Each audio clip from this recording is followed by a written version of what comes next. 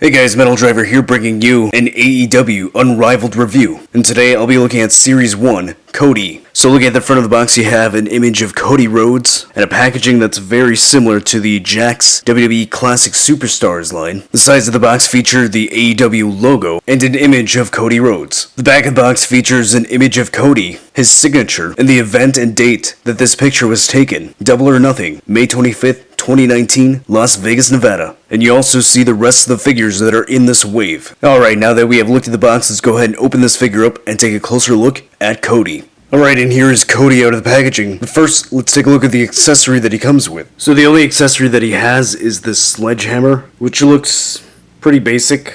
Not a whole lot of detailing. I do like the silver on the hammer part. It's got a nice color to it.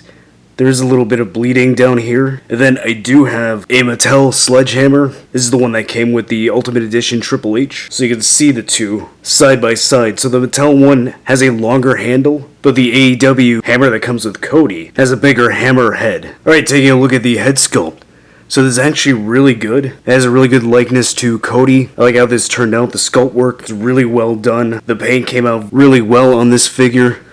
The lips look pretty good. The eyes look good. The eyebrows. The blonde looks really good. It's got that bleach blonde look that he has. Now there is a little bit of extra paint right there on the forehead, so that's a little bit unfortunate. But other than that, the head sculpt looks really good. The lips look a little bit off-centered. I don't know if that's done on purpose. It doesn't look like it's mispainted, so I'm not sure about that. And here's a look at the back of the head. So some pretty good sculpt work on the hair. It's all just one solid color, there's no shading. So that turned out very well. Then looking at the torso, he has his dream tattoo here. The deco there looks really good. Looks crisp, doesn't have any mispaint, any sloppiness. Then on his right hand it's taped up, so the white looks pretty good on that. Then look at the torso. So I did mention this in my Chris Jericho review, that the skin tone does not match throughout the torso, as you can see here. The upper body is a different skin tone than the lower part of the abs, so that's disappointing. Even the arms look like they have a different skin tone as well. And then aside from the mismatched skin tone, it comes across as pale. So I'm not too keen on the pale look of these figures. So as I mentioned in my Chris Jericho review, I hope that's something that they can fix in later waves, hopefully by wave 2 and 3. Then looking at his left hand, he does have his tattoo here on his ring finger. Alright, then looking at the lower body. So he's got his belt here. It's made from a rubber material, so it is flexible. It's basically blue all around. It's got the black buckle right here. Then on the back, it says Attitude Killer. It's got his logo that he eventually tattooed on his neck, which does not appear on this figure. Paint turned out very well, looks crisp, looks clean, the lettering looks good, so no mispaint there. Then looking at his tights. So it's got a gold and blue deco. Got whites, different blue designs here. Paint looks really good. Then looking at the front side, same thing, we've got some crisp paint, clean line work, really well done, really good all around. Maybe just a little bit of missing white paint there. Now look at the right leg. It's pretty much blue, and then it's got some whites, some blues, some blacks. Paint looks really good. Really happy with how that turned out. It's a lot of good clean line work. Maybe just some sloppiness right there. It's very small, hard to notice. Down the left leg, got some good paint. Again, overall good, as I've said.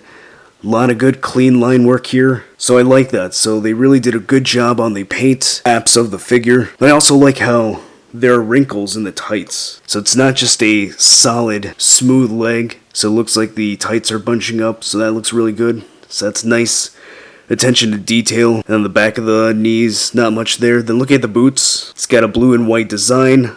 Paint looks really good. You got CR on the side for Cody Rhodes. Paint looks really good on the front. And on the other boot, he's got CR as well. So overall, really good on the paint. Love the paint work on the tights. Figure turned out really well. Really happy with how that looks. Alright, and going over the articulation. So the head is on a ball joint, so it can go pretty far up. So that's good. So he has better range of motion than Chris Jericho.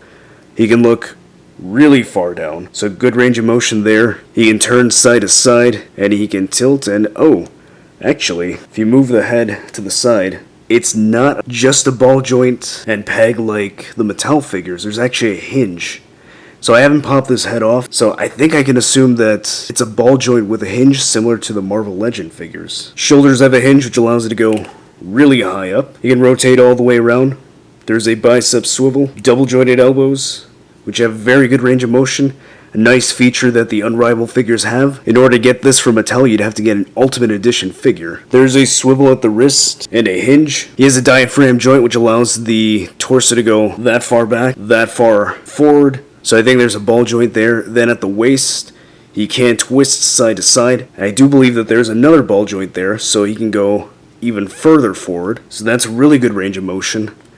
And that allows him to go further back, so that's really good. Then he's got ball joints at the hips which allow the legs to go that far out, which is really good. He can go that high up, so that's not that great of a range there. Oh, actually, if you move the leg to the side, yep, he actually gets better range, so that's actually pretty decent. He's got a thigh cut, double jointed knees, a cut at the top of the boot, a hinge at the ankle which allows it to go that high up and that far down, and he does have some good ankle pivot. And one thing I did want to note, same thing with the Chris Jericho figure, the ball joints at the hips are flesh tone, so that's kind of annoying.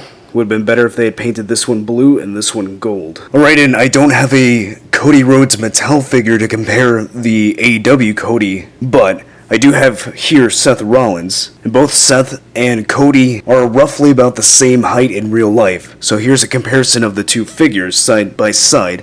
As you can see, they are about the same height, and they scale very well with each other. Alright, so what are my thoughts on the AEW Unrivaled Cody figure? I think this is a really good figure. Just like I said in my Chris Jericho review, I love the articulation on this figure. I think the articulation is great on the AEW figures. That's something that I think is a big plus on this toy line, that they have double jointed elbows, great range of motion on the torso. I love the head scan on this Cody figure. The paint apps turned out very well on the figure. Really good. Nice line work. Little to no missing paint and no smudge work. And like I said with the Chris Jericho figure, the only flaw that this figure has, and that I'm seeing on the other AEW figures, is the skin tone. I don't like how it's pale, and also it doesn't match with the rest of the body. So you've got the upper torso has a different skin tone than the lower abs, and then the arms don't really match as well. So hopefully that is something that Jazzwares addresses with the AEW Unrivaled line, and hopefully we can see that fixed with Wave 2 and Wave 3. But aside from that, I think that this is a great figure. I think you should definitely collect the Unrivaled lines, especially if you're an AEW fan. This is something that you definitely want to pick up. It's really good, solid. I'm really happy with this line, and I can't wait to get my hands on Wave 2. So if you like this review, go ahead and hit that like button. If you're new to the channel, subscribe. I mostly do WWE Elite reviews, but now I will also be doing AEW Unrivaled reviews. So let me know in the comments section below, do you like the AEW figures? And are you excited for Wave 2? As always, stay tuned till the end to see pictures of this figure in action, and I'll see you next time.